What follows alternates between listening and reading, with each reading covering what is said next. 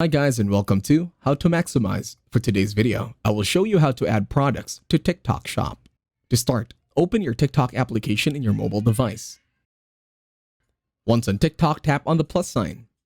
And then in here, create a posting. Once done, just click on Next. The next step is to click on Add Link. For now, let's discard the posting. Then let's head on over to our TikTok profile.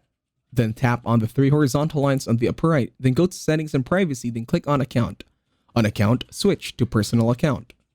If the settings are still not there, tap on Report a Problem this time. Scroll down and then look for Submit a Report.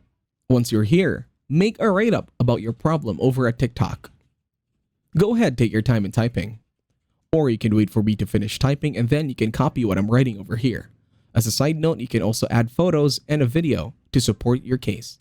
Once done, click on Submit.